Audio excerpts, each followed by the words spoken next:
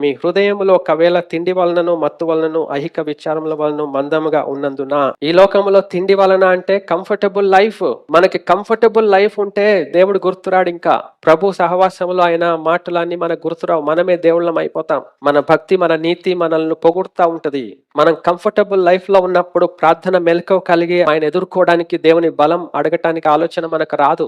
మనం సుఖంగా ఉంటే తిండి వలన మనము మందంగా అయిపోతుంది, మన హృదయం మొద్దుబారిపోతుంది, ఆత్మీయ స్పృహ ఉండదు.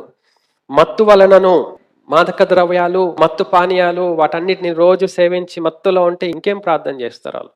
అలాగే నశించిపోతారు. ఐహిక విచారముల వలనను కష్టాలు, బాధలు, శ్రమలు, సమస్యలు వీటన్నిటిని ఆలోచించుకుంటా ఉంటారు. ఐహిక విచారముల వలన ప్రార్థన చేయలేరు. వారు ఎప్పుడు ఆ చింతలో, ఆ విచారాల్లో ఉంటారు. వారు హృదయం మందంగా అయిపోతుంది, అన్కాన్షియస్గా ఉంటారు. స్పిరిచువల్ గా వారు ప్రార్థన చేయలేరు.